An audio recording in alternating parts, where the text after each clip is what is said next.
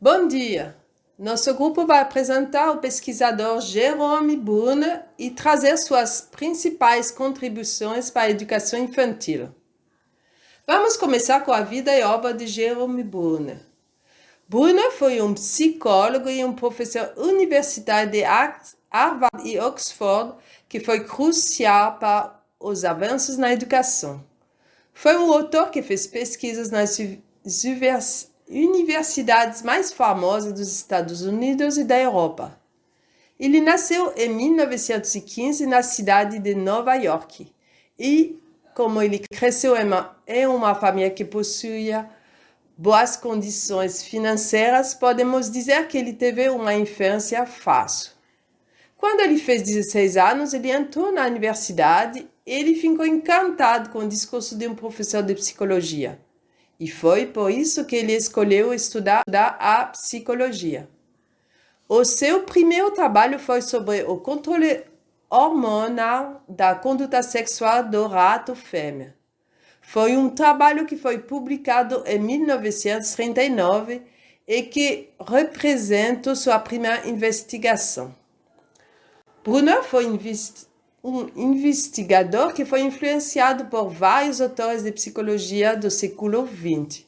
Por exemplo, ele baseava seus estudos nas teorias de Piaget, Lévi-Strauss, Dewey, Vygotsky e do psicanalista Freud, que já estudamos durante nossas aulas de pedagogia. É importante destacar que a produção acadêmica de Brunner teve duas fases. Os seus primeiros trabalhos tratavam da percepção e raciocínio. Eles foram realizados no laboratório. Já, na segunda fase, seus estudos se baseavam na observação natural. Por exemplo, ele analisava as ações de agarrar, olhar, sugar. Ele tentava compreender as interações sociais envolvendo jogos com crianças pequenas. Mas, além dos seus estudos da sua vocação de investigador, ele ficou muito conhecido no mundo da educação graças à sua participação no movimento de reforma curricular. Foi uma reforma que aconteceu nos Estados Unidos no tempo da Guerra Fria. Durante sua vida, ele deixou uma produção gigantesca de estudos sobre a pedagogia da infância. Brunner escreveu artigos em revistas especializadas em vários países que foram reproduzidos em livros. Ele integrou grupos de estudos interdisciplinares nas ciências da educação. Muitas das suas publicações foram resultado da sua participação nesses grupos e outras foram uma homenagem ao seu trabalho. Podemos citar os livros mais importantes, como O Processo da Educação, de 1961, Atos de Significação, de 1990 e Teoria da Instrução, de 2006. Esse autor teve uma vida longa. Ele faleceu em 2016, quando fez 100 anos. Bom dia, meu nome é Cristiane Luiza, vou estar dando continuidade à fala da nossa colega Isabelle. Brunner é muito conhecido por suas pesquisas sobre o desenvolvimento cognitivo. Propôs 3 estágios de aprendizagem: ativo, icônico e simbólico, conhecido por currículo espiral, que o aluno aprende qualquer coisa desde que seja adequado e organizado para ele. Apesar de ter se formado em psicologia, seus grandes feitos foram na área da educação nos Estados Unidos, nos anos de 1960. Para Brunner, a fase ativa da criança é até os 3 anos. Representa as relações entre a experiência e a ação, não usam palavras nem conceitos. Interagem com objetos mais coloridos, são cheios de informações, mesmo assim são incapazes de ensinar um caminho. A fase icônica são dos 3 aos 9 anos. A criança já frequenta a escola, já são capazes de entender os objetos e as figuras, fazem a ligação com a realidade, mas agora de uma forma interiorizada e irreversível. Na fase simbólica, a partir dos 10 anos, já são capazes de lidar com situações hipotéticas, ditas populares. relatos complexos fora de sua realidade.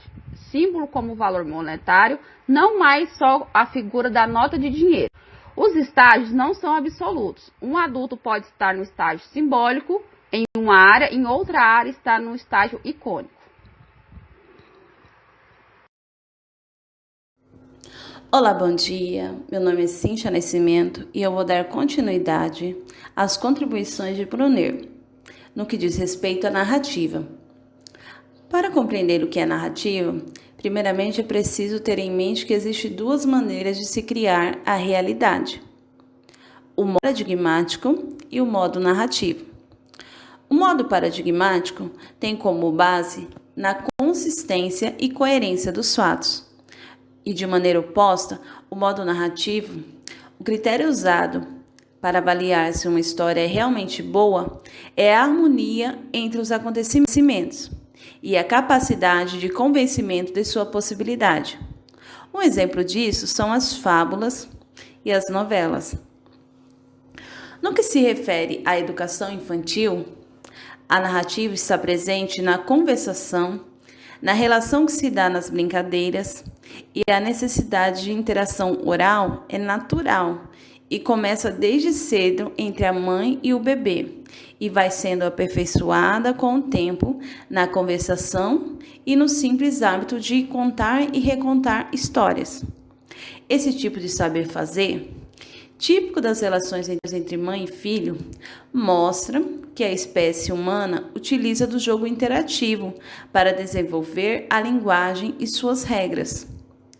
A narrativa é a exposição de um acontecimento ou de uma série de acontecimentos mais ou menos encadeados, reais ou imaginários, por meio de palavras ou de imagens. Uma forma de organizar a experiência, dando sentido ao desvio do óbvio, a quebra da expectativa e a harmonia entre os fatos. Um experimento curioso realizado por Brunner, o qual demonstrou a correlação entre a quebra de expectativa e a narrativa. Algumas crianças foram divididas em dois grupos, sendo que o primeiro foi exposto à imagem de uma menina triste em seu aniversário, e o segundo grupo foi exposto a imagens de uma menina feliz em seu aniversário. Todas as crianças foram questionadas acerca do porquê de a garota nas imagens estar feliz ou triste. O primeiro grupo inventou uma série de histórias para explicar a tristeza.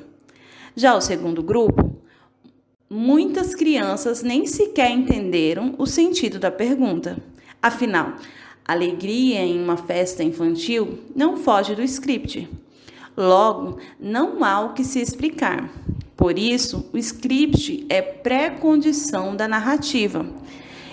Esta só existe a partir da violação daquela.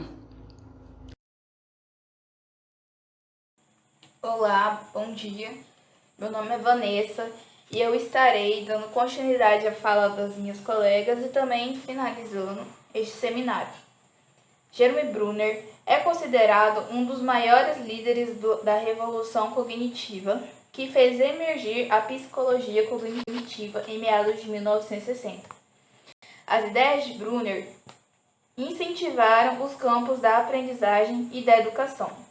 Brunner é um dos nomes mais importantes no construtivismo. As teorias de aprendizagem construtivistas buscam explicar como as pessoas constroem significados, ou seja, como interpretam o mundo.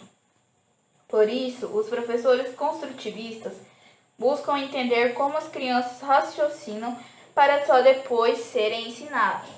Ou seja, o conhecimento é garantido através das experiências. A teoria da aprendizagem. Para Piaget e Vygotsky, que são pensadores que influenciaram Brunner, a aprendizagem é descritiva, porque ela descreve como a aprendizagem acontece. Mas para Brunner, ela é prescritiva, porque ela vai além e descreve melhor formas de ensinar. Em uma entrevista à Universidade de Nova York, no ano de 2011, Brunner disse a seguinte frase: "A maneira como as escolas se desenvolveram foi de acreditar que elas eram repositórios de saber acumulado, a ser repassado para os jovens. O livro faz isso em melhor aspecto. O negócio é ir além. O brincar. As brincadeiras têm um papel influenciador e oportunizam explorar novos meios de aprendizagem através da descoberta de regras e limites, ficções. Ao mesmo tempo, trabalha com a autoestima e autoimagem da criança. O processo de aprendizagens é mais rápido quando se desenvolvem de forma lúdica. Os jovens auxiliam tanto as crianças quanto os adultos. Se tornam uma forma de usar a inteligência com experimentações, pensamentos, linguagens e fantasias. Através das brincadeiras, as crianças podem viver situações e comportamentos que provavelmente não experimentariam em suas vidas. Para melhor ilustrar essa última situação agora, nós vamos passar para a classe um vídeo que vai explicar melhor. Eu agradeço a atenção de vocês.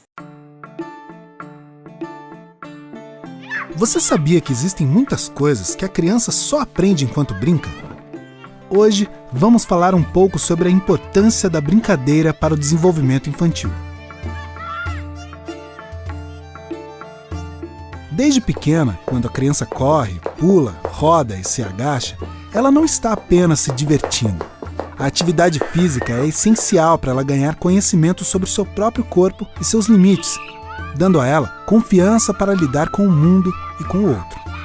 Nas brincadeiras em grupo, as crianças aprendem a cooperar, a compartilhar, a respeitar o outro e a entender regras de comportamento. Afinal, para a brincadeira dar certo, as crianças precisam se entender, ainda que às vezes seja necessária a intervenção de um adulto. Mas essas aprendizagens vão muito além das atividades do dia a dia. As brincadeiras de faz de conta fazem mais do que estimular a imaginação.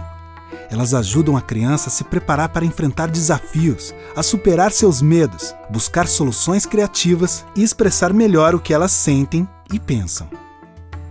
O faz de conta também ajuda a criança a aprender a importância de cuidar das pessoas, se colocar no lugar do outro e, assim, se tornar um adulto mais solidário. Além disso, quando a criança nomeia objetos, conversa ou narra suas ações ao brincar, ela está ampliando seus conhecimentos sobre a linguagem. Em qualquer idade, sendo menina ou menino, é importante que as crianças tenham liberdade para experimentar brincadeiras que tragam estímulos diferentes, aprendendo a construir, cuidar, criar e várias outras coisas que serão essenciais ao longo da sua vida. Os adultos podem colaborar embarcando no mundo da fantasia, propondo brinquedos e brincadeiras que incentivem a criança a imaginar. É importante que o brincar faça parte da rotina diária, em casa, em parques e praças, e mesmo enquanto espera o trânsito ou a fila andar, garantindo que as crianças possam crescer e aprender enquanto se divertem. Criança não aprende só na escola. Toda experiência é uma oportunidade para se desenvolver e entender o mundo. E você? O que você acha de começar a incluir a brincadeira no dia a dia das crianças?